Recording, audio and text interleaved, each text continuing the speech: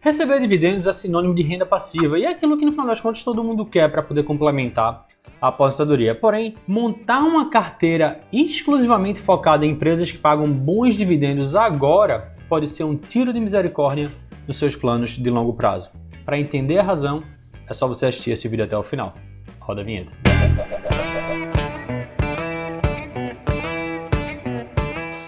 Fala sócio, beleza? Rafael Seabra aqui do QueroFicarRico.com e nesse vídeo eu quero explicar um pouquinho sobre o que é a falácia dos dividendos.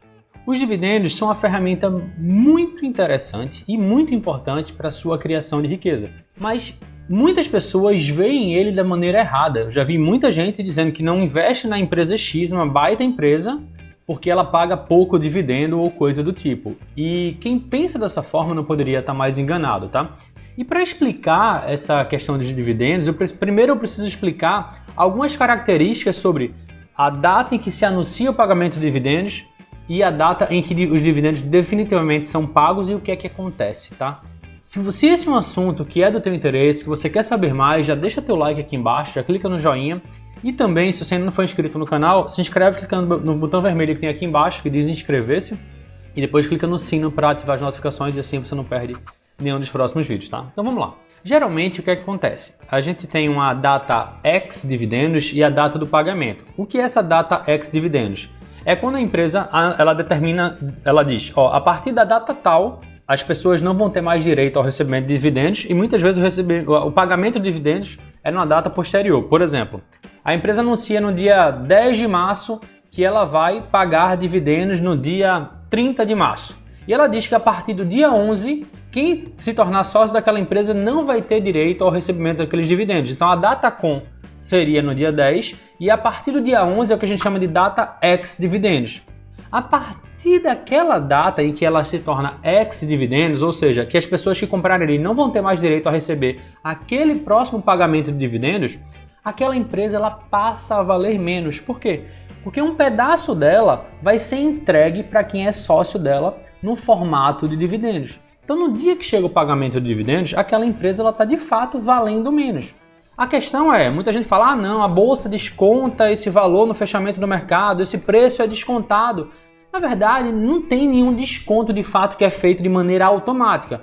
Mas as pessoas enxergam que ele passa a valer menos, tanto é que se você pegar o histórico nas datas ex-dividendos, via de regra, a cotação das empresas ela fica um pouquinho mais negativa. Porque se foi pago como dividendo aquilo ali foi retraído do valor de mercado da empresa. Agora, obviamente, existem muitas exceções. Existem empresas que crescem mesmo na data ex-dividendos, mesmo quando ela não vai mais receber dividendos, por qualquer que seja o motivo. Mas o que você precisa entender é, quando o dividendo é pago, aquele pedacinho sai da empresa e vai para quem é o sócio da empresa.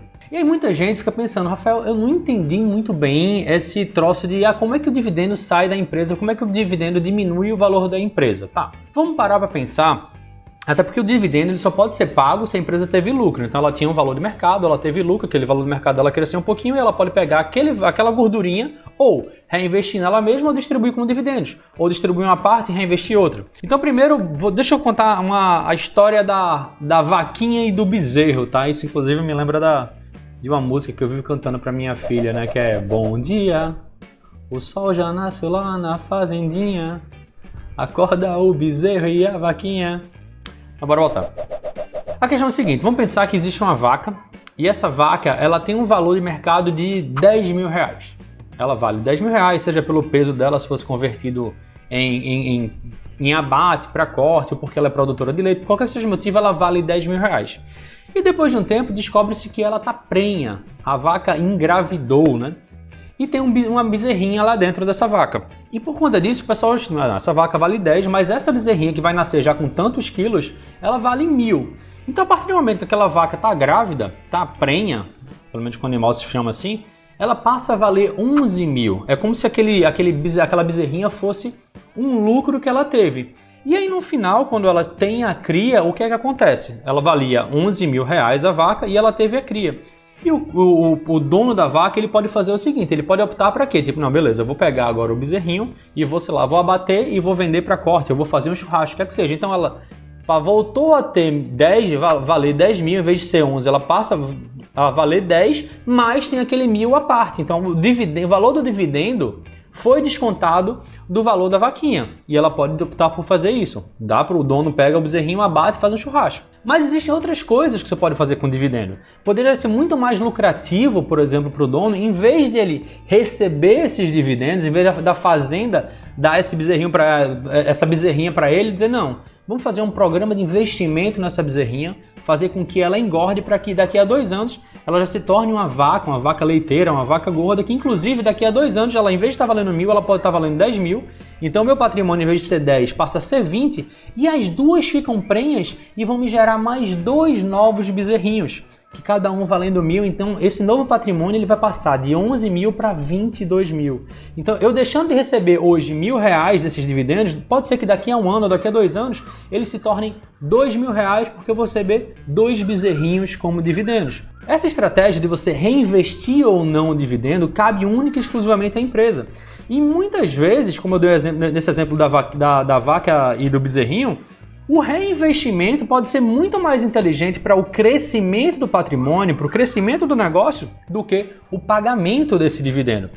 Então, feita contada essa historinha aqui para você entender, pelo menos assim, tem uma ideia do que seria isso, de por que o valor é descontado do valor de mercado, do bem como um todo, do patrimônio como um todo. Vamos parar para pensar agora o que uma empresa pode fazer com esses lucros que estão retidos. Se ela não pagar os dividendos e ela optar por reter esse lucro todo, não vai pagar nada e vai reter o lucro, o que ela pode fazer isso? Existem basicamente 4 coisas e a gente vai explorar isso a partir de agora. A primeira alternativa é amortizar dívidas. A empresa pode utilizar aquele valor o lucro que ela obteve para quê? Para reduzir o tamanho da dívida, com isso ela reduz a quantidade de juros a pagar que ela vai ter ao longo do ano. E se ela reduz a quantidade de juros, vai sobrar mais dinheiro para quê? Para pagar dividendos futuros. Então essa pode ser uma decisão que a empresa pode fazer. Ela reduz uma dívida para sobrar mais dinheiro, pagar menos juros e sobrar mais dinheiro. Então essa seria uma primeira opção. Uma segunda opção é ela fazer aquisições, ela adquirir novas empresas. Uma empresa que tenha sinergia, que venha para complementar, que venha a agregar um produto ao portfólio que ela já oferece. Então ela pode o quê? Adquirir uma nova empresa, e quando ela compra essa nova empresa, o lucro dessas empresas, o fluxo de caixa dessas empresas vai começar a fazer parte de quê? Da receita da empresa, da empresa maior que acabou de adquirir, e esse lucro também vai ser adicionado ao pagamento de dividendos futuros. Então essa seria uma segunda opção. Uma terceira opção, ela investir em novos projetos. Ela pode desenvolver projetos não só para aumentar as receitas dos negócios atuais, melhorar a eficiência, melhorar a produtividade, como também pode servir para diminuir gastos. Ela pode criar um projeto para poder fazer uma redução de gastos.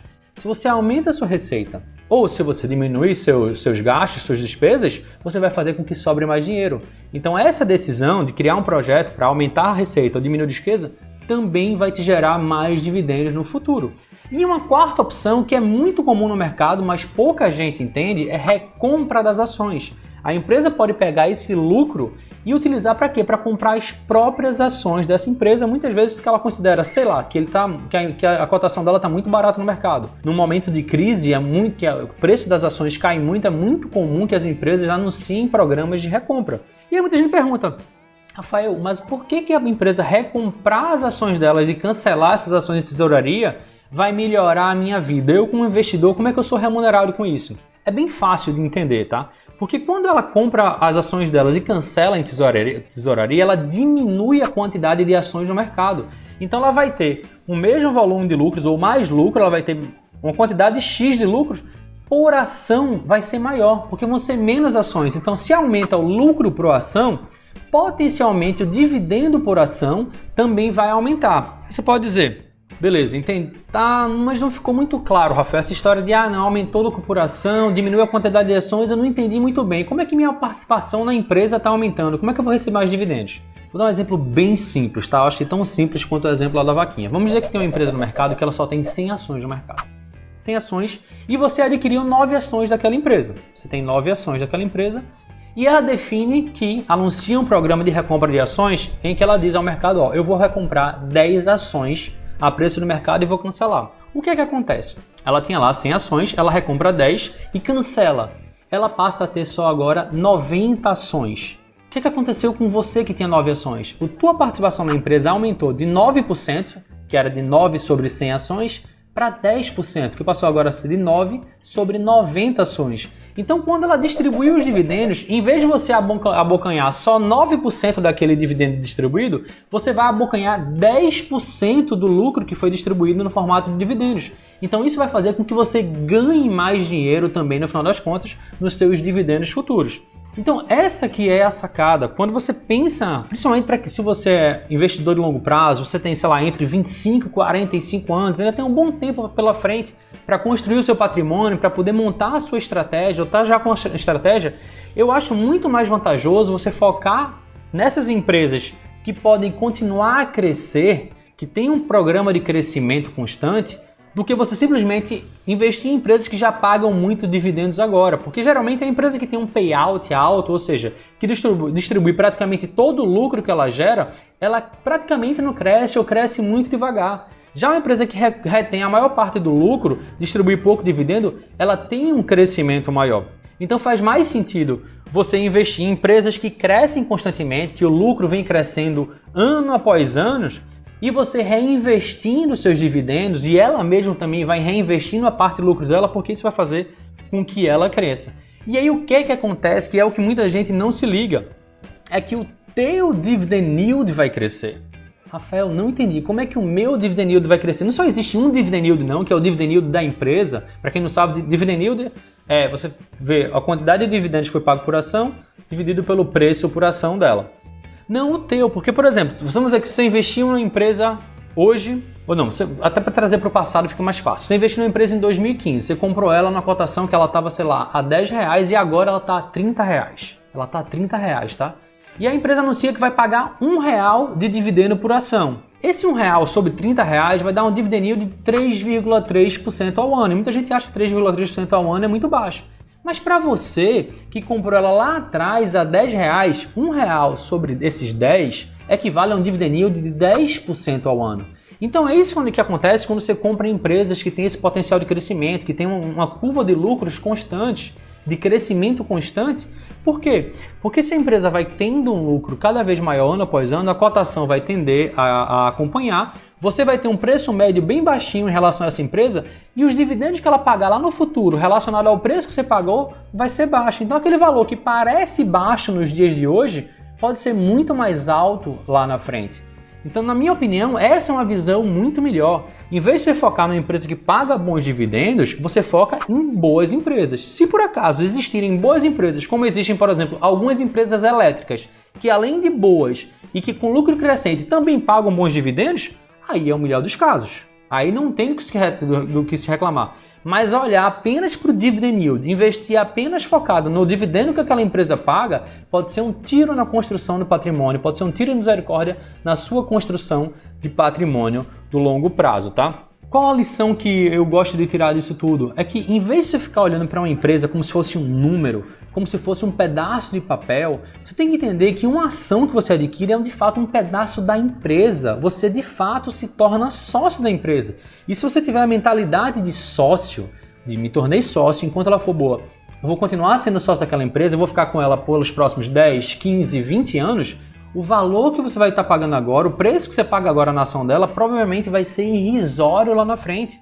Existem casos, o Luiz Bassi mesmo, um dos maiores investidores de pessoa física da Bolsa, ele já relatou vários casos em que ele recebe hoje de dividendos mais do que o preço que ele pagou pela ação lá atrás, há 10, 15, 20 anos atrás. Isso são casos reais. Isso acontece quando você tem paciência e escolhe uma boa empresa para investir e ela continua sendo boa.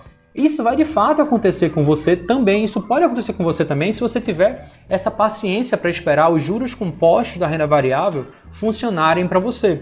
Então essa é a lição que eu queria passar para você hoje. Se isso faz sentido para você, essa história de se tornar sócio de boas empresas, investir em boas empresas, deixar um pouquinho de lado a parte de preço e olhar muito mais para a qualidade da empresa, eu convido você a conhecer mais, a saber mais sobre a Sociedade Milionária. E o que é a Sociedade Milionária, Rafael? É o meu curso de construção de renda passiva através da renda variável. Caso você queira saber mais, só você acessar sociedademilionaria.com. Também tem um link aqui na descrição do vídeo, também no primeiro comentário. Vale muito a pena para quem tem esse foco de investir com pensamento de sócio, muito menos em papel, comprar, vender, comprar, vender, comprar, vender e lucrar, e não, me tornar sócio de boas empresas para elas crescerem muito no longo prazo e eu poder viver de dividendos não hoje, mas lá na frente, que é onde de fato você vai precisar, tá? Antes de terminar, eu queria fazer só uma pergunta para você. Você leva em conta os dividendos pagos hoje para escolher uma ação para investir? Quero muito saber a sua resposta. Dito isso, esse vídeo fica por aqui. A gente se vê no próximo vídeo. Tchau, tchau.